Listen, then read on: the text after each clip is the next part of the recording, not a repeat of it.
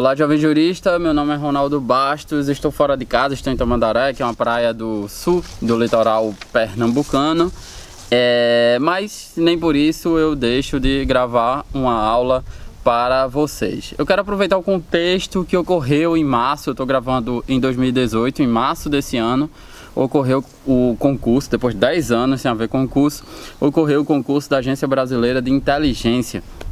E eu quero aproveitar para falar um pouco, enquanto professor de Teoria do Estado, quero aproveitar para falar um pouco para vocês sobre essa atividade de inteligência, que é uma atividade típica do Estado, né? Quero dividir essa aula em duas partes, né? Vão ser em 2 vídeos. Então, nesse primeiro vídeo, essa primeira aula, eu quero falar do que é a atividade de inteligência, o que é esse conceito de inteligência, quais são os limites dessa atividade de inteligência, quais são os diplomas legais que regulam a atividade de inteligência no âmbito do Brasil. E numa próxima aula eu quero falar sobre como se exerce o controle dessa atividade de inteligência. Em primeiro lugar, a gente tem que entender que a maioria dos países, uma quantidade crescente de países trazem uma definição legal da atividade de inteligência. O que isso implica? Isso implica que existem legislações que dizem, que conceituam a atividade de inteligência. O que é essa atividade de inteligência? É a legislação de muitos países que dizem. Ao mesmo tempo, essa definição, essa conceituação da atividade de inteligência é uma definição um pouco vaga. Por quê? Há 2 motivos. O professor Marco Sepic, que é um professor especialista em atividade de inteligência, em segurança institucional, ele traz 2 motivos para explicar por que essa atividade de inteligência é vaga. O primeiro motivo é a pouca institucionalidade da política internacional. Apesar de termos um vade-mecum internacional cheio de legislações, no caso, cheio de tratados, acordos, convenções internacionais, declarações de direitos, na verdade, o ambiente institucional internacional ainda é pouco institucionalizado, né? Ainda tem pouca regulação. E é por isso que uma das principais fontes do direito internacional, como está lá no artigo 38 do Estatuto da Corte Internacional de Justiça, uma das principais fontes são os costumes internacionais, e é por isso que o ius cogens, né, que são como se fossem verdades universais aceitas pela maioria dos estados que são filiados à Organização das Nações Unidas, aceitam, o ius cogens é tão importante. Eu ainda vou falar em outra aula sobre o ius cogens. Se você quiser, coloca aqui embaixo nos comentários se você quer que eu faça uma aula sobre isso. Então, a pouca institucionalização é um primeiro motivo para essa vagueza do conceito de inteligência. Uma segunda justificativa que o professor Marco Sepic ele dá para essa vagueza é que, na verdade, se os países eles destrinchassem, dissessem exatamente o que é atividade de inteligência, quais as atribuições, o que é que eles fazem para produzir conhecimentos, que na verdade essa produção de conhecimento se confunde com a própria atividade de inteligência, isso de certa forma limitaria, porque a sociedade civil ia cobrar acerca dos limites dessa atividade de inteligência. Essa problemática eu vou deixar para a aula 2, quando eu for falar do controle da atividade de inteligência. Então são esses 2 motivos. O Brasil, ele também tem uma lei que define a atividade de inteligência.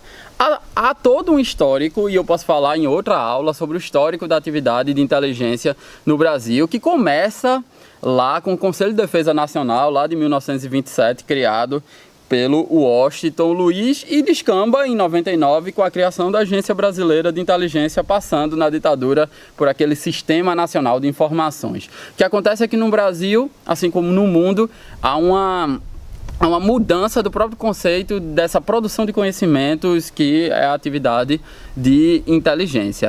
Substitui-se o termo informações por inteligência, porque informações remete a coisas que já aconteceram. E inteligência tem um sentido prospectivo, ou seja, é uma produção de conhecimentos para influenciar uma decisão governamental, e esse fato ainda não ocorreu. Então não adianta o governo ser reativo às coisas que acontecem no mundo. Os governos têm que se antecipar, e isso é inteligência para conduzir políticas públicas, etc, etc. Bom, a lei que rege a atividade de inteligência é a Lei 9883 de 99, que cria tanto o Sistema Brasileiro de Inteligência quanto a ABIN, a Agência Brasileira de Inteligência.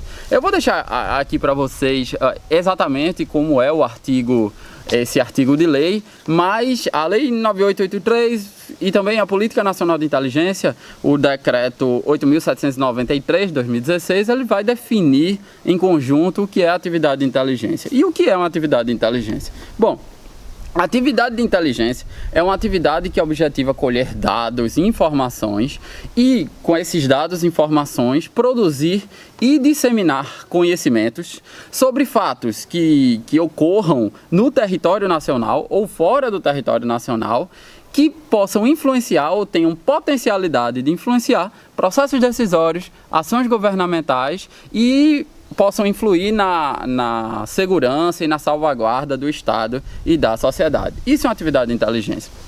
Então, a atividade de inteligência, em síntese, ela busca produzir conhecimentos para que, no âmbito federal, por exemplo, o presidente da República possa tomar decisões com mais acertos, decisões mais técnicas, decisões que tenham a capacidade de serem mais efetivas.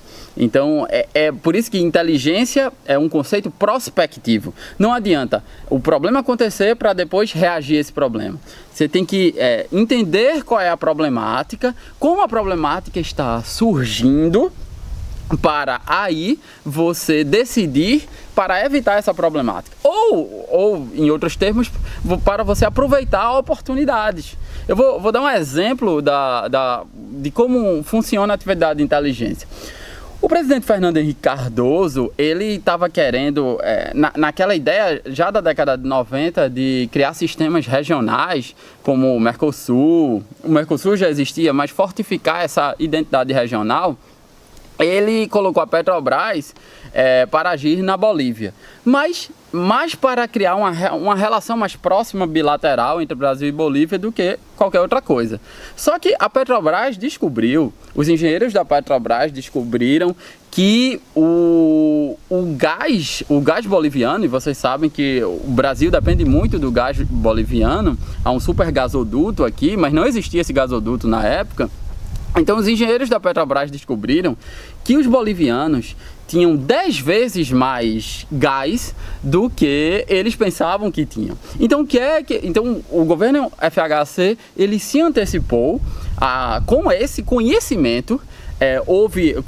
Com essas informações, esses dados, houve uma produção de conhecimentos para fazer com que FHC tomasse uma decisão governamental. E o que é que eles fizeram? Estreitaram as relações e até propuseram a criação desse gasoduto, quando a maioria dos outros países imaginava que, inclusive a própria Bolívia imaginava que tinha uma quantidade X de gás e a Petrobras descobriu que essa quantidade era muito maior. Então vamos nos antecipar para nos relacionar com a Bolívia. Isso é produção de inteligência. Então, às vezes a gente vê os filmes americanos, vê a ação da CIA que propugna que a atividade de inteligência, dá a impressão a gente que a atividade de inteligência tem a ver com crimes transnacionais, com terrorismos, essas coisas. Mas não, nós temos profissionais de inteligência que protegem a Chesf, que protege Itaipu, as usinas hidrelétricas. Porque se levarmos em conta que a maioria da nossa potencialidade energética provém das hidrelétricas, uma energia limpa, então nós temos que criar conhecimentos para disseminar essa forma de produção de energia e agir para que outros países não interfiram nessa forma de produção de energia, o que já me leva a definir para vocês o que é contra-inteligência. Porque atividade de inteligência é algo geral, que tem a inteligência propriamente dita e a contra-inteligência, que também é definida lá na Lei 9883 e também é definida no Decreto 8793 de 2016, que é a Política Nacional de Inteligência. Então, o que viria a ser esta contra-inteligência? Então, contra-inteligência é a atividade que objetiva prevenir, obstruir, detectar ou neutralizar a inteligência adversa, ou seja, as atividades de inteligência dos outros países. E visa também proteger o que nós chamamos de conhecimentos sensíveis, que são dados, informações, conhecimentos e áreas locais que sejam imprescindíveis para a segurança e salvaguarda do Estado e da sociedade. Então, nós temos que proteger o nosso conhecimento de produção de energia hidrelétrica. Nós temos que proteger o nosso conhecimento de produção de energia nuclear. Nós temos que produzir uma série de conhecimentos sobre defesa de fronteiras, sobre nosso mar territorial, sobre nossa plataforma continental. Então, são conhecimentos denominados de conhecimentos sensíveis. Então, essa é a função da atividade de contra-inteligência. Afastar a ação da inteligência adversa, que quer obter o que se chama de dado negado, é o dado que não está explícito, o que constitui um segredo governamental. A inteligência adversa vai querer obter esse dado negado mediante infiltração, mas mediante várias outras ações, como sabotagem, desinformação e outras, né? Outras técnicas, né? Interferência externa, essas coisas que está lá previsto na Política Nacional de Inteligência, que talvez eu grave um vídeo para vocês também. Então, o papel da contra-inteligência é isso. Agora, vocês têm que ter em mente que o Brasil, a própria legislação que regula a atividade de inteligência no Brasil, informa que os profissionais de inteligência têm que sempre ter em mente a Constituição Federal, o ordenamento constitucional, portanto, e os tratados internacionais que o Brasil é signatário. Então, diferentemente dos Estados Unidos, da Rússia, e da Inglaterra, cujas operações são autorizadas a fazer sabotagem e inclusive atos de desinformação, o Brasil, a atividade de inteligência brasileira, até coerente com os princípios que regem o Brasil nas relações internacionais. Um dos princípios é a não intervenção nos outros países, está lá previsto no artigo 4º da nossa Constituição. A gente tem que obedecer esses tratados internacionais e o nosso ordenamento constitucional. Então, mas isso é uma atividade de contra-inteligência. Eu dei o exemplo de uma atividade de inteligência. Eu quero dar um exemplo concreto da atividade de contra-inteligência. Que aconteceu, não se sabe ao certo como aconteceu.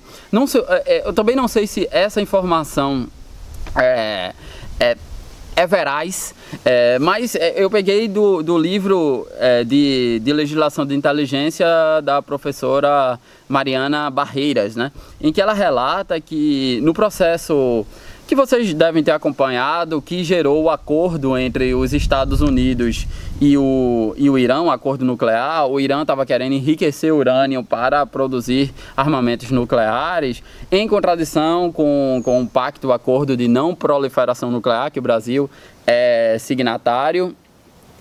Então, para você fazer a fissão nuclear, me corrijam se eu estiver errado, você tem que ter instrumentos, tem que ter um instrumento lá que haja com uma rotação determinada para ocorrer a fissão nuclear. Se esse instrumento não tiver uma aceleração suficiente, tiver uma pouca aceleração, não ocorre a fissão nuclear. Do mesmo modo, se tiver uma aceleração muito grande, estoura tudo e não há a fissão nuclear. E Israel, financiado pelos Estados Unidos, instalaram um malware no sistema informático lá responsável pela fissão nuclear iraniana, e toda vez esse sistema rotacionava numa velocidade muito superior, sempre queimava e não conseguia gerar essa fissão nuclear. Veja que isso é a atividade de inteligência no quesito sabotagem dos Estados Unidos e de Israel. E a atividade de contra-inteligência iraniana foi falha nesse sentido. Lembrando que o Brasil não considera que ações desse tipo, pelo princípio da não intervenção, ações desse tipo sejam válidas, né? Mas outros países não têm problema quanto a isso. Então, quais são os limites da atividade de inteligência, né? O primeiro limite, como eu estou expondo, é a capacidade da inteligência adversa, a capacidade da contra-inteligência dos outros países. Eu vou querer, um profissional de inteligência brasileira, vou querer recuperar ou vou querer me apossar, me apropriar de um dado negado de outro país. Qual vai ser o limite da minha atividade de inteligência? Bom, a contra-inteligência, ou seja, a inteligência dos outros países, a contra-inteligência dos outros países. Então é um limite que eu posso chamar de limite fático, né? Um segundo limite, no caso do Brasil principalmente, são os acordos e os compromissos internacionais. Há uma série de compromissos baseados no princípio da não intervenção, na autodeterminação dos povos, na igualdade dos países. São todos, vocês sabem, princípios lá previstos no artigo 4º da nossa Constituição que regem a relação do Brasil no âmbito internacional. Então esses compromissos internacionais limitam a atividade de inteligência. Tem coisas que nós não podemos fazer. E um último critério que limita a atividade de inteligência é o próprio investimento que o país dá à sua própria atividade de inteligência. Quanto mais investimento nós temos em inteligência, mais capacidade operacional que essa inteligência tem para produzir conhecimentos que subsidiem as decisões governamentais, a decisão do presidente da República. Se tivermos pouco investimento, a gente não consegue desenvolver uma atividade de inteligência minimamente compatível com os estados modernos. Para só termos um exemplo, em 2014, o orçamento da ABIN era o mesmo do Colégio Pedro II, né? Que é aquele colégio federal previsto lá na Constituição, ou seja, é um orçamento muito pequeno, né? Então, por isso, a atividade de inteligência também tem os seus limites, a atividade de inteligência brasileira. De todo modo, a atividade de inteligência, ela nunca é uma atividade principal do Estado, ela é uma atividade subsidiária, pelo menos em um sentido, em que ela vai subsidiar os processos decisórios tomados pelo presidente da República, vai subsidiar algumas das políticas públicas. Então ela é uma atividade subsidiária. Ela não vai evitar guerras, ela não vai celebrar a paz e ela não vai gerar harmonia mundial, mas se for feita de forma coerente, se for feita de forma eficiente, se aproveita as oportunidades e se dá uma estrutura suficiente para esses profissionais de inteligência, que em regra são altamente qualificados, é uma atividade muito importante para o desenvolvimento das políticas públicas, para a proteção das fronteiras e para a proteção dos conhecimentos sensíveis do Brasil. Então o Brasil deve investir em atividade de inteligência, todos os estados devem investir em atividade de inteligência. É isso, pessoal. Se vocês chegaram até aqui, muito obrigado. Na próxima aula eu vou falar sobre os limites da atividade de inteligência. Por quê? Porque vivemos numa democracia onde, em regra, os agentes públicos têm que ter transparência sobre os seus atos, têm que justificar os seus atos. E a regra número 1 da atividade de inteligência é o sigilo. Onde não há sigilo, não há atividade de inteligência. Como é que a gente vai tornar a atividade de inteligência, então, compatível com o Estado de Direito? Esse é o tema da próxima aula. Até mais!